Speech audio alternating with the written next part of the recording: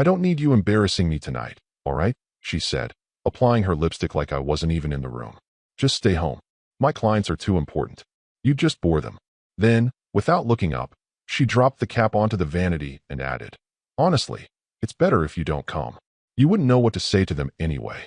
She stood and did a slow spin in the mirror, admiring herself like she was already under spotlight. I held her coat. She didn't take it, just brushed past me and called out over her shoulder. You can leave the wine chilling, though. I'll probably be back late. Or not. Depends who's there. I watched her get into the black car. One of those long ones the firm always sent. Sleek, sterile, cold, like everything she'd gravitated to in the last 2 years. It pulled away without even a wave. I stood there on the porch a moment, then went inside and placed her untouched coat gently back on the hanger. Buttoned it. Smoothed it flat. Then I walked down the hallway, past the photos she hadn't taken down but hadn't looked at in years, and into our bedroom. Laid out on the bed was a second tuxedo. Mine. Pressed. Pocket square ironed. Shoes gleaming. I didn't shave angry. I shaved carefully. Deliberately. Tied my bow tie by hand. Polished my cufflinks. Gold, with a small engraving she never noticed, beneath still waters. A line from my father. A warning about men like me. 10 minutes later, I walked down the same driveway she had, in the same direction, but with a very different destination in mind. Not the valet line. Not the marble steps leading up to the Gala's grand entrance. I parked behind the service lot. Took the staff elevator. Nodded at the event security guy, who handed me a pass without a word. No scanning. No questions. Just recognition. The inside of the venue was loud, glittering, and artificial. Like someone had tried to build prestige out of mirrors and wine spritzers. She loved it. She lived for these nights. The fake laughter, the power banter, the borrowed gown she pretended were hers. I stayed in the shadows, watching. She was holding court by the entrance now, laughing too loudly at some executive's flat joke. Hands flying, head tilting, the whole look at me show. Her dress shimmered every time she moved. It was designed for it. She'd chosen spectacle over substance so many times now. I barely remembered who she'd been when she wore canvas flats and brought me coffee at midnight just to sit in silence and read beside me. People ask me why I never fought her about the change. Why I didn't demand more space. The truth is, I don't beg for space. I take it. Quietly. Efficiently. Permanently. The man she was trying so hard to impress tonight. The firm's crown jewel client. The one her team had prepped her for all month. He was already watching. Not her. Me. From across the room. We'd known each other 12 years. Not through business. Not through her. Through something that actually mattered. Something that made all the Gala speeches in the world sound like background noise. And when I nodded to him from the perimeter, he stood, stepped aside, and gestured quietly to a chair beside his. I took it. She didn't notice. Not yet. Too busy reciting bullet points about international mergers and ESG buzzwords she barely understood. There's a reason I stayed silent all these years. There's a reason I let her talk herself into circles, building a tower on foundations she never inspected. Because influence, real influence, doesn't announce itself. It just acts. And if you've made it this far, do me one favor, subscribe. More than 90% of people listening don't, but it tells the team this kind of story still matters. That quiet revenge isn't just fiction. It's art. And it's earned. I didn't need her to introduce me that night. I didn't even want it. What I wanted was unfolding already. Subtle, precise, inevitable. Because when someone calls you boring, it's usually just projection. What they really mean is, you see too much. And you won't play dumb. I smiled to myself and leaned back slightly in my chair. Her voice echoed from across the room. She hadn't even seen me yet, but the countdown had already begun. She glided in like a queen returning from exile, the hem of her dress cutting clean lines across the floor, hips swaying to the rhythm of attention. Her smile was calibrated, bright enough to seem effortless, restrained enough to signal importance. She didn't rush her steps. No, she staged them, letting the camera flashes pop like applause around her. One of the junior partners whispered something about her being the firm's closer, and she laughed, loud enough to let nearby clients know she wasn't just charming. She was essential. It was almost impressive how flawlessly she slipped into the performance. Air kisses, perfectly spaced compliments, inside jokes with the procurement team from Belgium, the faux humble thank you to the CEO's wife for that stunning brooch she wouldn't be caught dead wearing herself. She was right about one thing. Her clients were important. She just didn't understand how small she looked from the right vantage point. The room was a shallow pond with expensive lighting, and tucked just past the spotlight glare, along the edge of the sponsor tier, sat a man who didn't need to be seen to be felt. Gray suit, white cuffs, a watch whose face had no logo because everyone who mattered already knew who made it. That was William Hart, founder, multi-sector philanthropist, technically retired but functionally omnipresent. And to his right, barely angled toward the light, was me. I didn't smile, didn't raise a glass. I just sat, present, calm, like someone who belonged. She didn't notice. She was too busy doing her version of diplomacy, talking too long, laughing too sharp, promising access she didn't control. At one point, she gestured vaguely to the VIP section and said something about having to sit with the ethics people later. Ugh. The man she was talking to glanced toward our table. His eyes lingered, but he said nothing. What she hadn't bothered to find out was that Mr. Hart didn't come to these events for the speeches. He came to observe, to evaluate, to verify that the people entrusted with his multi-billion-dollar contracts weren't just smart, but stable. And while she'd spent months rehearsing her big pitch, she forgot one tiny detail. He'd already made his decision. It wasn't based on her PowerPoint, or her client list, or the overpriced hors d'oeuvres she pretended to enjoy. It was based on one night. Years ago, a private evening in a hospital chapel, after a personal loss neither of us spoke about in public. We sat in silence for 3 hours. Not networking, not scheming, just human. That night built a bridge between us. A quiet one, invisible to people like her, who only recognize power when it's wearing a name badge. So when he invited me to tonight's gala, it wasn't about business. It was about finality. We watched her move through the room like a chandelier looking for a ceiling. Shiny, misplaced, beautiful, but fundamentally misused. At one point she paused, sensing something, but she couldn't place it. That strange chill that creeps into a room not from cold air, but from being watched by someone who's already decided your fate.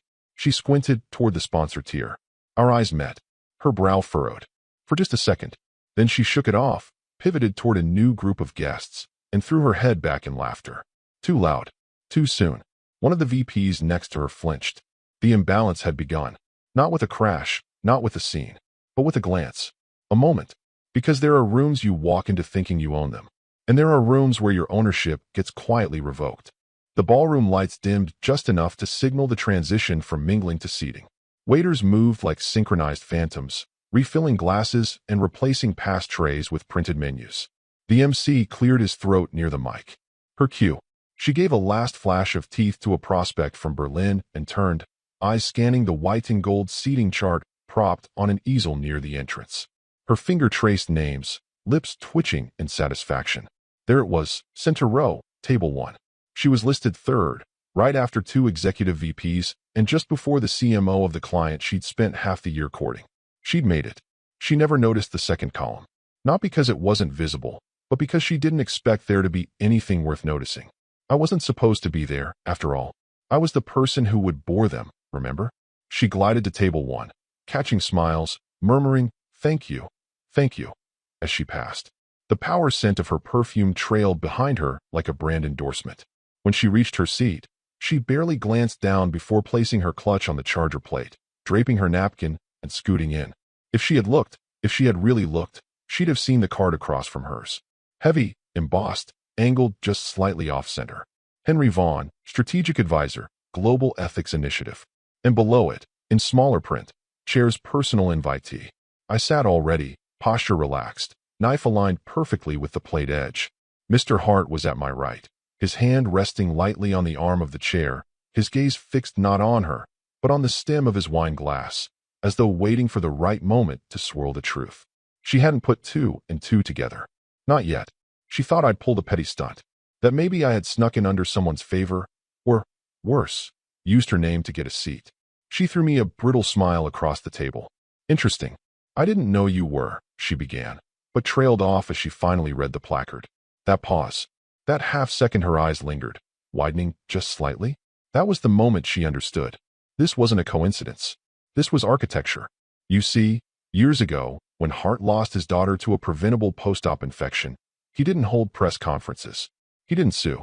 He quietly founded a parallel review group, an underground ethics initiative, to advise on hidden patterns of misconduct and misrepresentation in healthcare delivery chains. Not for press, not for applause, just for impact. He'd met me through that. I'd written something obscure, buried in a white paper on institutional blind spots and the pathology of corporate ego. He called me the next day. We'd spoken for 4 hours.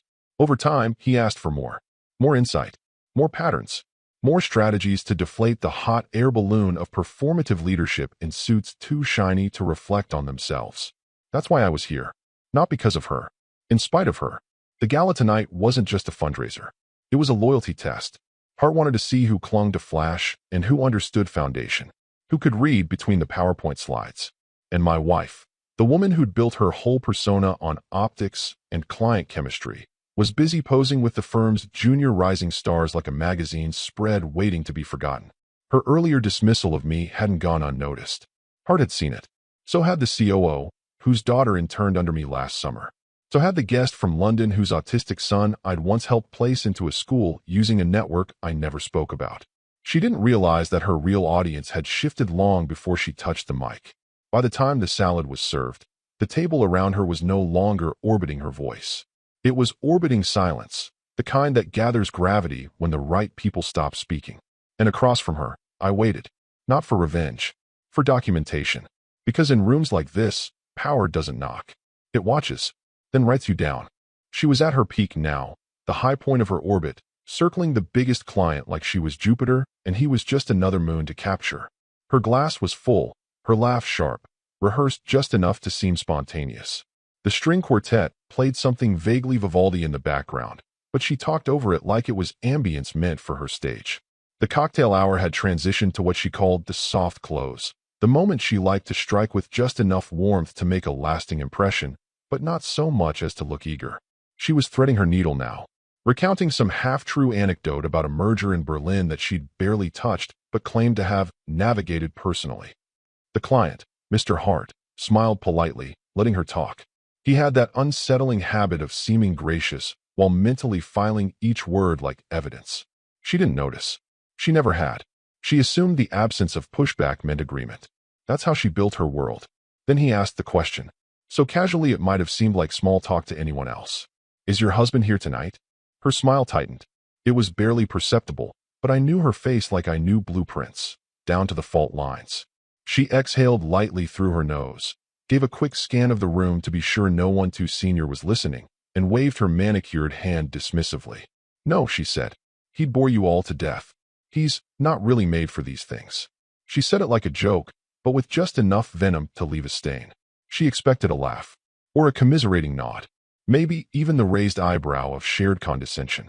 What she got was silence. Hart didn't blink, didn't laugh. He just looked at her for a long second, as if remeasuring something that had slipped out of alignment. Then, with the calm of a man who signs billion-dollar terminations before breakfast, he said, "Excuse me.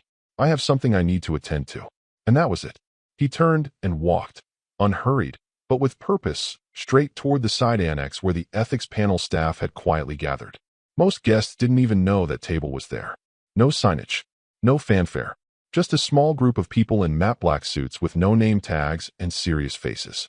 He leaned down, spoke briefly to the woman at the center, and handed her a small envelope. Sealed. No markings. She nodded, took it with both hands.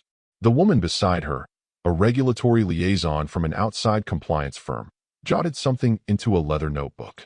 Another man tapped something into a tablet. This wasn't drama. It was procedure. Across the room, my wife chuckled at something a CMO said and took a sip of wine. No idea that the floor beneath her had just shifted a half-inch. Not enough to notice. Yet. But you know how it is in architecture. A half-inch shift, compounded over structure, becomes a crack. And cracks? They propagate. At that moment, a junior associate tapped her shoulder and whispered something. Her brow furrowed slightly. "What do you mean he's here?" she asked. The associate glanced nervously toward the head table, then back at her.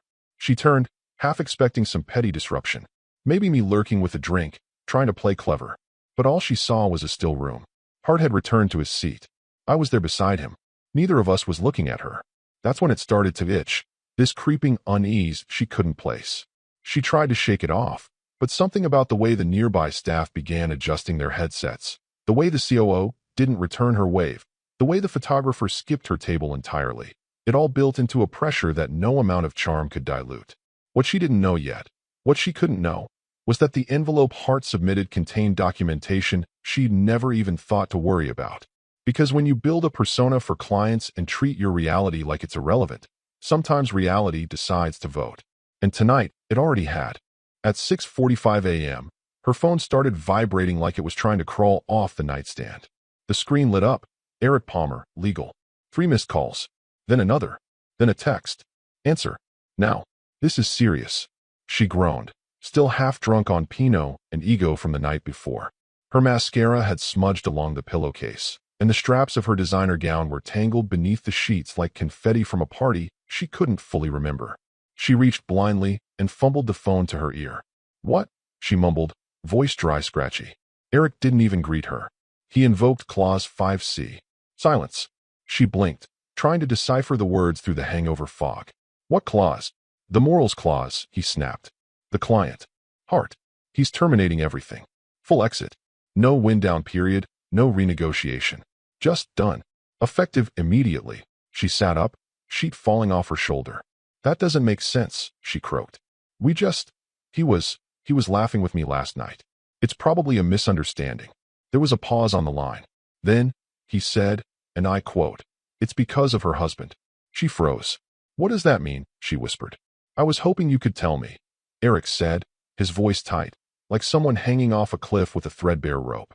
Because when I pressed for clarification, he sent over a formal invocation with timestamps, guest witness statements, and photographic evidence from the Gala. He's activating a full disengagement protocol under 5C, moral and reputational breach via internal representative. He named you, but I didn't do anything. He said your conduct toward your spouse violated the firm's social ethics standard, that the language you used last night constituted what he called, let me check, willful social erasure of an internal ethics advisor who was present by personal invitation. She felt like she was falling, like the room tilted 5 degrees left and didn't stop. I didn't even know he was. That's the other thing. Eric cut in. Who the hell is your husband? She opened her mouth, closed it, because in that moment, she realized she didn't actually know how to answer that. Not the version of him who smiled politely at board dinners and held her coat when she remembered to bring him, but the other version. The one she'd stopped asking questions about years ago. The one who spent long nights in his study reading things that didn't fit her world. The one she'd mocked for overthinking, for living like some monk. That version had just detonated her career with a single word. Clause 5C. A dusty, rarely used part of the master agreement the firm had included years ago at Hart's request, mostly as a formality. A clause meant to give major clients a graceful exit if a representative of the firm engaged in misconduct. Not criminal, just damaging. And no one ever used it. Until now. I didn't know, she whispered. I didn't mean. He said that makes it worse, Eric replied flatly. His exact words. If she didn't know who her husband was, she shouldn't have built her career pretending she did. Her stomach curled. I can fix this, she said quickly. We can schedule a call. No, Eric interrupted. It's too late. He's already informed 2 other clients. One of them is reviewing their contracts. The board is calling an emergency session at noon. We're facing a chain reaction here. But it was just a comment, she hissed, suddenly angry. A joke. I didn't hit anyone. I didn't steal anything. You did something worse, Eric said, voice low now. You made the wrong person feel small. In public. With witnesses. And the man sitting next to him was someone you should have never ignored. She squeezed her eyes shut, heart hammering. You need to get ahead of this, he added. Figure out who your husband is. What he told Hart. Because right now, you're losing the biggest account on the Eastern Seaboard, and it's not because of a deal. It's because of you. He hung up. She sat there, phone slipping from her fingers, listening to the buzz of her own panic fill the room like static. Her mouth went dry. She grabbed her laptop, opened it, typed his name, and the search results didn't say +1. Didn't say husband of. They said Senior Strategic Advisor, Global Ethics Initiative. She scrolled and scrolled. Reports, panels, keynotes, ethics audits, foreign policy briefs, and at the center of several, her husband. Quiet, sharp-eyed, with people she didn't know existed. And then it hit her. She hadn't married an accessory. She'd married a scalpel. And last night, she handed him the target. By 10:13 a.m., the official letter was already in every partner's inbox.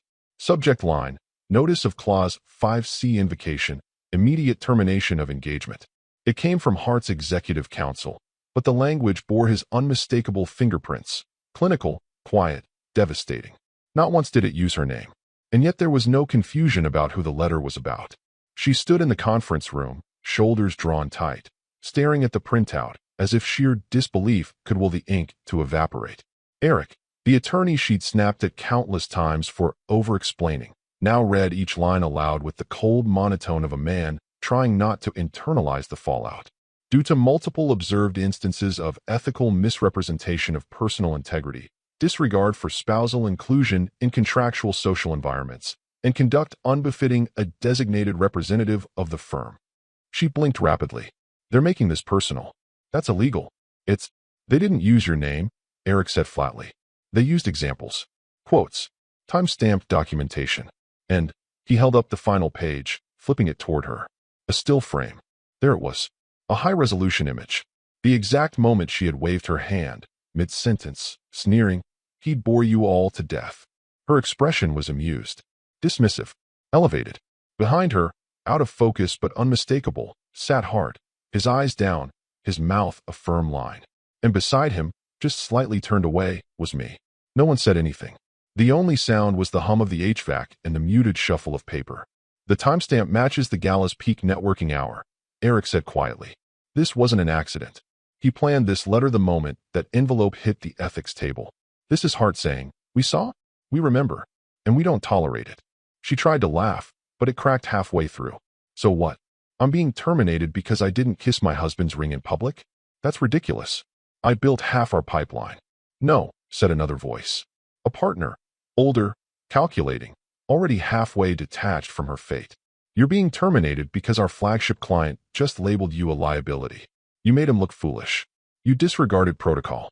And, worst of all, you misread the room. She turned on him. He's punishing me for being honest. No, the partner said again, this time with an edge. He's punishing you for being small. The words sat like lead in the air. Across the room, another partner flipped through the letter's annex, which included internal documentation Hart had apparently compiled on several representatives at the firm. But hers was the longest section. 5 bullet points, 3 statements, 2 references to past incidents where she had excluded spousal presence during client-facing events despite contractual stipulations for inclusion in matters of reputation and optics. In short, this wasn't a one-off. This was a pattern they'd missed or ignored because she'd been performing well, bringing in numbers, hosting galas, climbing. But clients don't care about revenue if it's attached to risk, and Hart had just made that risk official. Worse, he'd done it without raising his voice, without filing a complaint. Just a letter, delivered in silence. Like a king revoking a title. Her hands shook now visibly. So what happens next? She asked. No one answered. Not immediately. Then Eric, after a pause, simply said, "That's not up to us anymore." Hart's withdrawal triggers a review of all accounts tied to his portfolio. 3 more clients have already requested meetings. You may have just poisoned half the tree. She looked down at the still frame again. Her perfect wave, captured midair. My head turned away. A single second, frozen forever. Not a scandal. Not a crime. Just a gesture, and the man beside her refusing to dignify it. There are no headlines for that. No lawsuits. No redemption arcs. Just the quiet understanding that in a world built on perception, one moment of arrogance, photographed, time-stamped, contextually framed, can reduce a decade of ascension into an exit memo. She sat down. No one told her to, but they all understood. The real verdict had already been delivered, and the man she'd called boring? He hadn't even spoken. The call came in just after noon. Not from HR, not from her assistant. Directly from the managing partner's office. No subject line, no warm preamble, just a 6-word email. Your attendance is required. Conference room 4. She arrived 15 minutes early, a folder clutched so tightly in her hand the edge left a red imprint across her palm. Her hair was perfect. Her heels were sharp. Her lipstick was the same shade she wore for investor dinners, crimson with a matte finish. Control in a tube. But the moment she stepped into the room, all of that felt ornamental, like bringing a bouquet to a firing squad. 7 chairs were filled. 2 more stood empty, their occupants pacing just outside the glass wall, whispering in clipped tones. The only person who looked directly at her was the senior partner, Edgar, who had once called her a rising storm in a designer dress. Today he didn't smile. He gestured to the seat across from him. No greetings. No formalities. Just the soft rustle of pages being slid forward. "Walk us through what happened," he said. His voice wasn't cruel. It wasn't even cold. It was bored. She cleared her throat.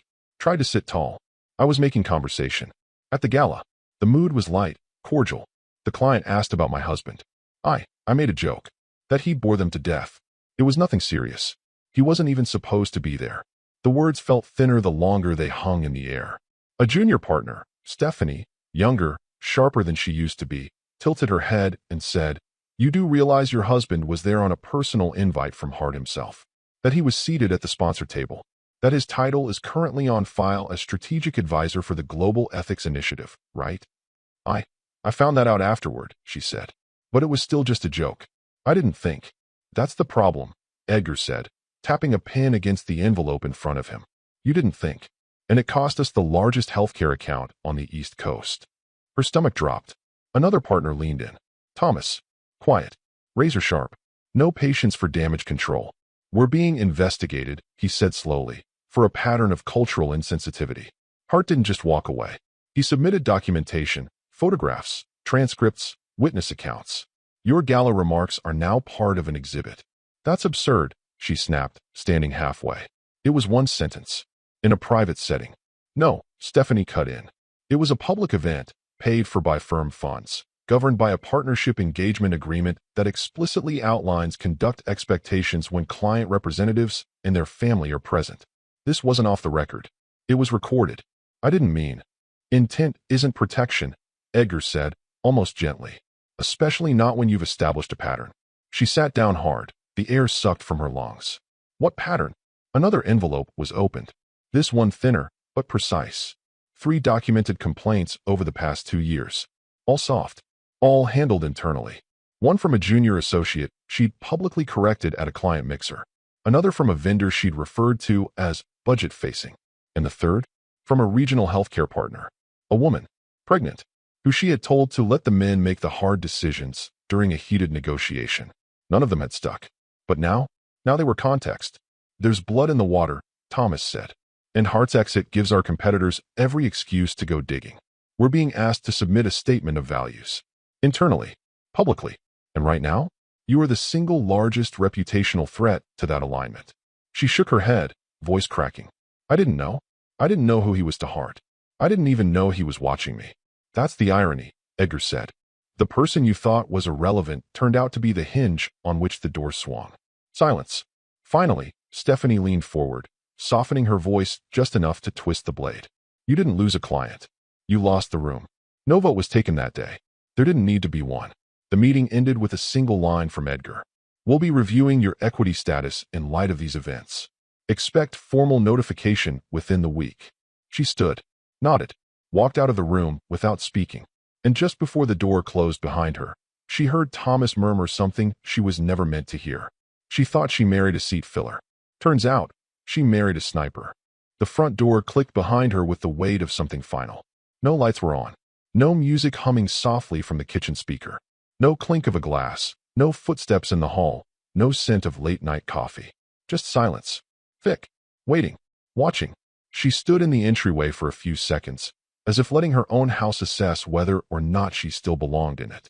Her heels echoed on the tile as she stepped forward, dropping her bag on the same bench where he used to sit and untie his boots after long walks in the evening. Walks she stopped joining because my steps are faster than yours. The bedroom door was slightly ajar. Not dramatically, just enough to suggest someone had passed through it thoughtfully. Not angrily. Not in a rush. She pushed it open. Her side looked untouched. The vanity. The pillows. Her jewelry tray. The blazer she'd discarded the night before still draped over the back of the reading chair. But the other half? Cleared. His watch tray was gone.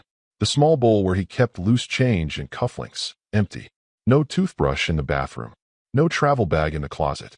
His drawer, the one she always joked was too organized to be normal, stood open hollow, like it had never been used. But it was the closet that landed hardest. His suits, gone. Not messily. Not yanked in some emotional storm. Just gone.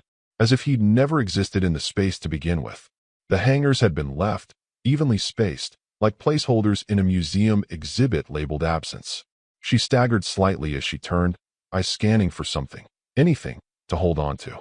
That's when she saw the wedding photo was missing. The one in the silver frame that sat on the dresser for 19 years. The one they'd posed for under that ridiculous oak tree he insisted on because roots matter.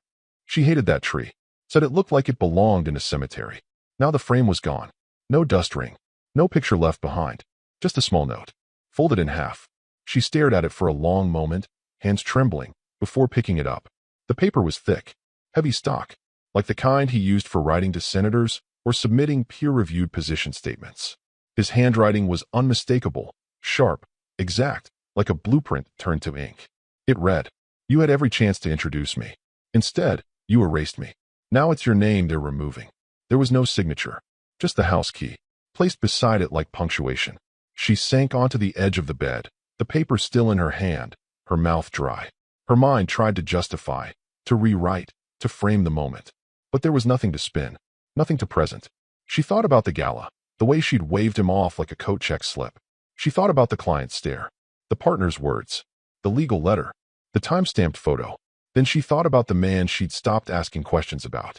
The one she told friends, used to be sharp, but now mostly reads ethics journals. The one she left off invites because he'd just sit there quietly. And she realized he hadn't just left. He'd withdrawn. Strategically. Intentionally. The same way you pull a foundation beam without collapsing the building all at once. Just enough to watch the structure start to slant, until gravity takes care of the rest. The irony wasn't lost on her. She'd spent a decade curating perception, and in less than a week, her entire narrative had been overwritten by the very man she'd cut out of the frame. Not with vengeance, but with accuracy. That night, she didn't sleep. Not because she was sad, because she was irrelevant. And for someone who built a world on being the centerpiece, that's worse than loss. It's erasure. It started with an email. Subject, Q1 planning delay, we'll revisit in March. The tone was polite, non-committal. A client she'd personally onboarded 3 years ago, someone who used to call her a force, now couldn't make time for a 30-minute roadmap call. No hard feelings, just rescheduling. Then came a second, different client. Same phrasing. We're reviewing internal capacity before committing to Q1 strategies. Within days, it was 5 major accounts, quietly folding their presence into indefinite pauses. No accusations, no complaints, just polite disappearances. She tried not to panic, told herself it was just holiday slowness. Budgets, macro trends, anything but what she knew in her marrow. Because the moment she stopped spinning excuses, she'd have to admit the truth. They were freezing her out. And not just clients. Internally, the temperature dropped with surgical precision. The junior associates who used to orbit her in meetings now sat 2 seats down, scribbling notes without eye contact. Marketing removed her photo from the firm's Faces of Leadership carousel silently, without memo. One of her scheduled panel appearances was postponed indefinitely due to logistics. Then came the real wound. An internal operations memo leaked from one of the VPs. She wasn't even CC'd. A colleague forwarded it to her, subject line blank, just the words pasted in the body. Given recent reputational events surrounding client interactions, I recommend that, redacted, refrain from participating in direct client-facing activities for the next 2 quarters to mitigate risk perception. No name, but the phrase was unmistakable. Reputational events. Like her career had been downgraded from influence to incident. She forwarded it to Eric. No reply. The next morning, she walked into the firm's kitchen and 2 analysts stopped mid-conversation. One of them looked panicked, as if he'd been caught eavesdropping on royalty. The other just nodded and left. She poured coffee with hands that wouldn't stop shaking. At her desk, she opened her calendar. It used to look like a mosaic, color-coded blocks stacked edge to edge. Now it looked like a slow death. 2 calls. 1 status review. A lunch with HR that hadn't been confirmed. She checked Slack. An internal thread titled #Gala Fallout had been shut down by compliance, but not before a screen cap made its way into her inbox from a former mentee who still pitted her just enough to risk sending it. It was a meme. Her face, cropped mid-laugh. Captioned, "Too important for boredom." Underneath, someone had added, "So important she bored the firm's best client into termination." Another comment just read, "LOL, can we make this the new compliance training cover?" She closed her laptop. Stared out the window for 10 minutes, watching wind push leaves across the parking lot. She wasn't being fired. That would have been a mercy. This wasn't exile. It was evaporation. No announcements. No conclusions. Just a steady pull of attention away from her until she was no longer a risk, just a memory. The building she once floated through like a monarch now regarded her like a security threat on probation. Too visible to be ignored. Too radioactive to be embraced. And still, no one said her name. Not out loud. Not in the meetings. Not even in the firm-wide quarterly wrap-up where they highlighted client transitions and ethics realignment efforts. She'd been replaced by euphemisms. She opened her email again, stared at the top line. Q1 planning delay, will revisit in March. She read it 4 times, then deleted it. There was nothing left to reply to. 3 months later, in a hotel ballroom 3 states away, her name was spoken again, but not in a way that restored it. The summit was invitation only. Ethics and governance and strategic leadership. 45 speakers over 3 days. 1 keynote slot. Reserved for a man most of the attendees didn't know until they Googled him. Henry Vaughn. Strategic advisor, Global Ethics Initiative. Former architect. Current force. She found out by accident. A former colleague forwarded the summit schedule with a 2-word message. Guess who? At first, she didn't believe it. Then she saw the topic. Integrating silent influence into strategic culture. It sounded like something he'd write. Something he'd say. She told herself not to watch the live stream. But on the second day of the summit, after 2 cups of coffee and a restless morning pacing her apartment, she opened her laptop. He took the stage wearing the same calm expression he used to have reading the newspaper before meetings. No bravado. No applause lines. Just stillness. Gravitas that didn't need decoration. And when he began, he didn't introduce himself with titles. He began with an image. It appeared behind him on the screen, a wide shot of a gala ballroom. She recognized it instantly. The chandeliers. The table numbers. The color palette. Her breath caught before she even saw herself. There she was, frozen in mid-laugh, head thrown back, mouth open, right hand lifted in that careless wave she'd used to dismiss him. To her left, the client, William Hart, stared straight ahead, his posture stiff, expression unreadable, and in the foreground, at the very edge of the frame, barely noticeable unless you were looking for it, a table placard. Strategic Advisor, Global Ethics Initiative. His seat. His title. Proof that he had always been invited. Below the image, a caption faded in slowly. 1 line. Unattributed. Character is never loud. But it is noticed. There was no mention of her name. No public evisceration. No expose. Just the story, stripped down to principles. He spoke for 30 minutes. About accountability. About the silent weight of observation.